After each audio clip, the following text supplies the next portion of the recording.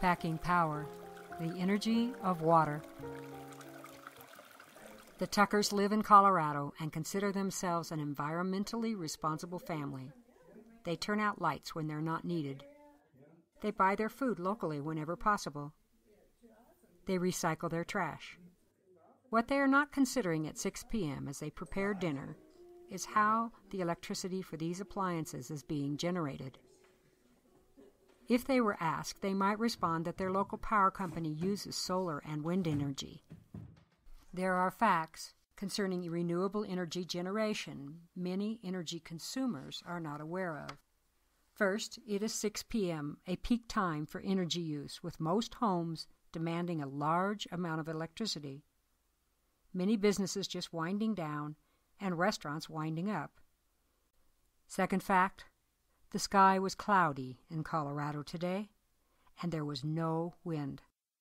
On days like today, the Tuckers' electricity is likely coming from gas-fired, coal-fired, or nuclear power plants. So, if the Tuckers knew these facts, they might ask, how can we store the energy from solar or wind generation for when it is needed, not just when it is available?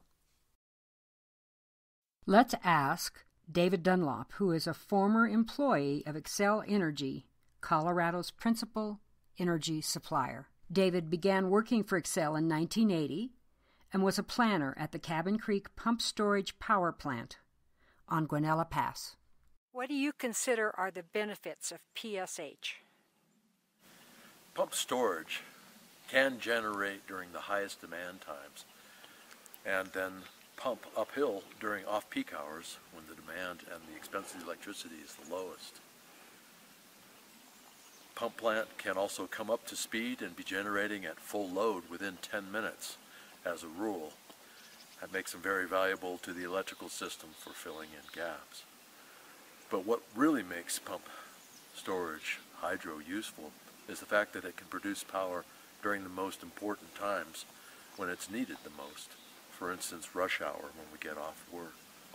And then recharge the battery of the upper reservoir when there's the greatest supply of cheap power. So timing is everything with pump storage.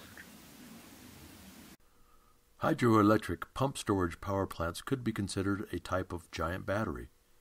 When power is needed, water is released from an upper reservoir through a tunnel to turbines, which then spin to generate electricity. During the nights, when demand is low, the turbine generator is turned into a pump motor by reversing the leads. Cheap off-peak electricity is used to pump the water from a lower reservoir back to an upper reservoir. This is the Mount Elbert Pump Storage Power Plant above Leadville, Colorado. Mountain snow melts to create this water. The power is made by the water passing through the turbines. The turbine generators are designed to also operate as pump motors. They can drive the turbines in reverse and pump the water back up the hill. Most of this process occurs within the power station itself and in pipes laid underground. No damage is done to the water.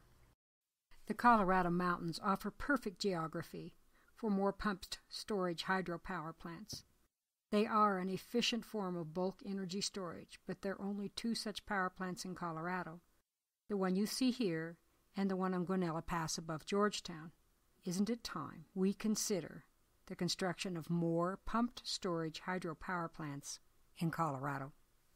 Then, when the Tuckers are asked where their 6 p.m. electricity is coming from, their informed response could be, most of our energy is provided by wind or solar, when available, and by pump storage when it is not.